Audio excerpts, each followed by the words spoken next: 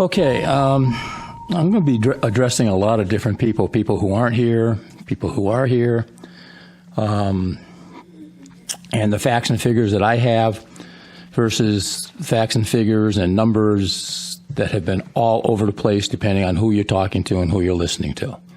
So obviously I think some of mine may be questioned, and there'll be some that people don't know about yet. My first question would be to the people out there who have been adamantly in favor of this 8.68% increase in next year's budget.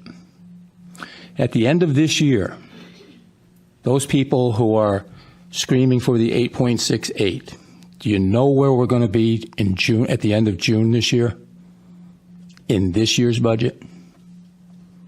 It's not going to be $1 million in the hole. It's not going to be $2 million. It's not going to be $3 million. It's going to be $3.9 million, roughly.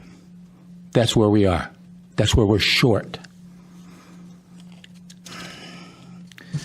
Now, a lot of this harkens back to the COVID time period, where you had federal monies that were being spent all over the place by both the town, school board, and some pretty curious manners.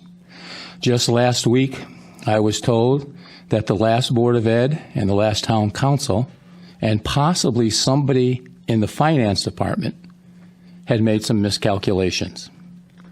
On the board side, there were people who were hired with ARPA funds, federal dollars. The exact number and those carried over to this year's budget seem to be, again, really in the cloud. I don't know exactly how many were carried over, how many were put on our budget. I know there's a number, 67 to 70s, that has been floating around, and there's all kinds of stories associated with those people who fall into that category.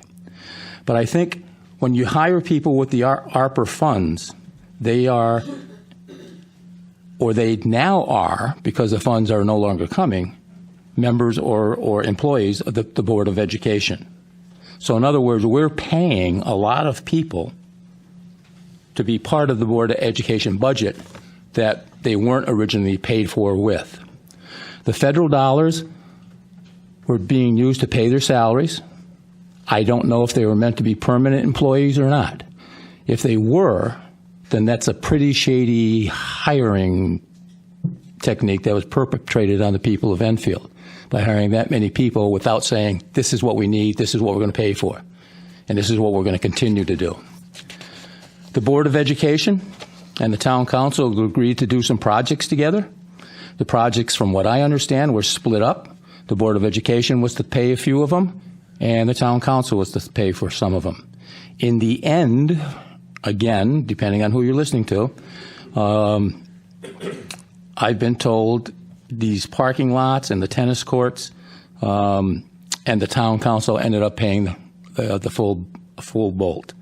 And somewhere in there's $1.7 million that I can't figure out, and I think a lot of people can't figure out what went where, who got it, and where it is. As far as the Alliance District monies, there's been a lot of talk about that, the state not giving us our money. I believe there has been a number of erroneous statements made to both the Town Council and the Board of Education. We, the Board of Education, was told we'd get $1.4 million withheld, or withheld from the Board of Education by the state of Connecticut. Apparently, again, depends who you're listening to, not only did this happen once, but it may have happened twice, which comes to $2.8 million the Board of Education did not receive. So we were told. The state of Connecticut has all kinds of formulas when it comes to paying towns that are on the Alliance District. It is my understanding that when a school board receives its full funding from its governing body, and in this case the Town Council, the formula kicks in as to how much money the state is supposed to give us. The past 2 years, the Town Council fully funded the school budget. By that happening, according to the state formula, we, the Board of Education, were not entitled to those monies. Central office went ahead and made plans and spent monies that they thought they were going to get reimbursed for by the state. And they also thought they'd receive some of the monies back with grants for this past year. Once again, is a question of where the money's going and who got it. This is where some miscalculations seem to have taken place. The state did not end up giving us, the Board of Education, money, the 1.4, twice. I know one of the checks, maybe both, went directly to the Board of Education. And again, this is another cloud. And the previous town manager instructed someone to transfer some of that money back to the town council. The town council was under no obligation to give that $1.4 million paid twice to the Board of Ed because it had fully funded the two previous boards. Apparently that's how the formula works. Now, where did the $2.8 million go? Where did it end up? Did the last town council spend it on some of the projects that they funded? Or is it sitting somewhere in some account? Who knows? Even as late as our caucus last night, 2 out of 3 checks, I guess we know that they were written, but we still don't know where the money is. The bottom line, it appears that this town council, I believe, is going to pay the $3.9 million that were in the hole, that were in the debt. That's this council paying for last year's, or the budget that we're on, that's coming to an end. That hasn't been mentioned. That's almost 4% of this past year's budget that's being paid for this year's town council for last year's school budget.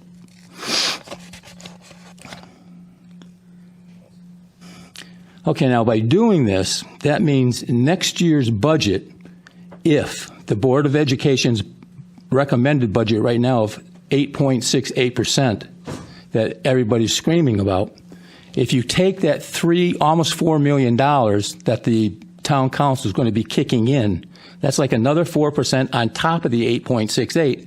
We're at over 12.5% more monies that the town is going to be spending on education. I'm telling you right now that the people who sit on this Board of Education and the people who sit on the town council, they ran and got elected as volunteers. We come from all walks of life, different income levels, different employment backgrounds. Some have kids and grandkids that are still in the Enfield public school system. Others have raised their kids, and those kids have gone off to live and work someplace else. Enfield. Now, I taught here for 38 years. Enfield has always provided a decent and good education to its kids. We've had highs and we've had lows. We've had to let teachers off. We've got them back.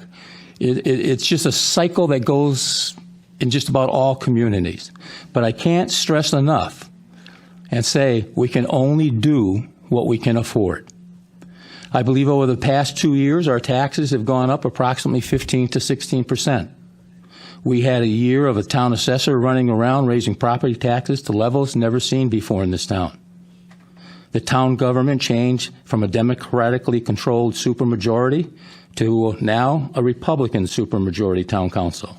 The Board of Education also flipped, as it always does. Well, not that it always does, but it will always remain 5 in the majority, 4 in the minority. And it's incumbent that we learn how to try to work together. But I know the people sitting up here tonight, they all mean well in their own beliefs and opinions. We all want to do what's best for the kids, but it has to be done with an educational system that Enfield can afford.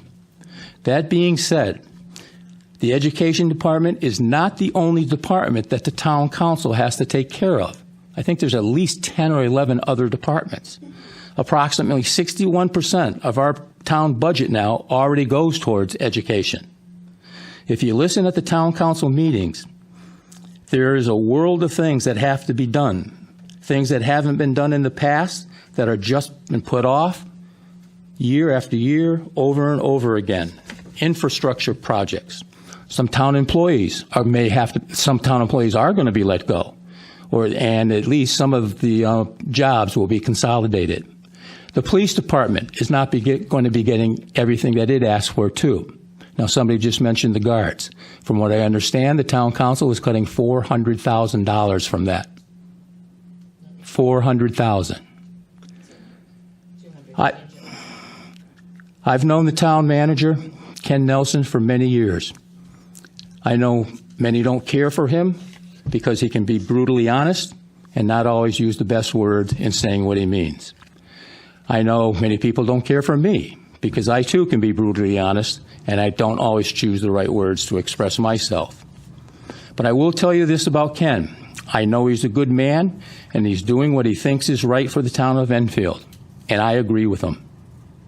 And all the other people who sit on that town council, Democrats and Republicans, are doing what they think is right from their points of view.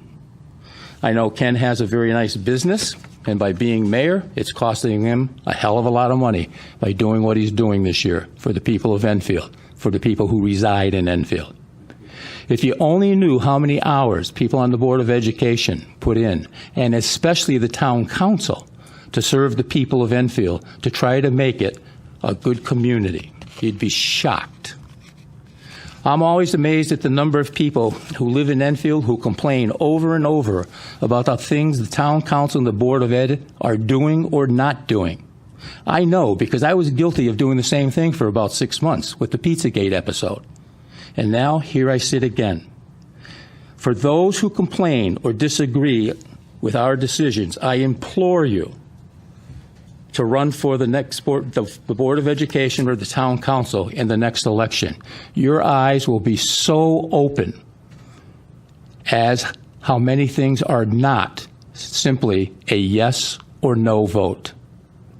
There are so many tough decisions that have to be made in regards to what we and you believe is best for the community.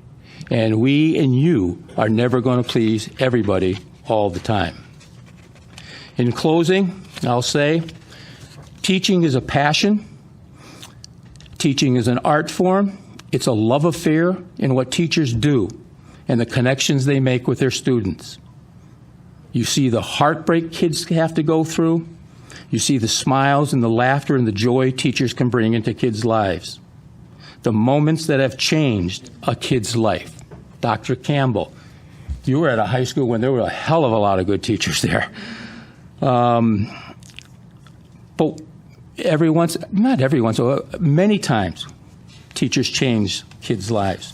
I never looked at teaching as a job, but as a calling, an experience that ranks with one of the most rewarding experiences I've ever experienced. Now, if I've changed one person's point of view on this budget crisis, one person to reconsider the enormity of the town council's decision, then I've done my duty as a member of the Board of Education. Thank you.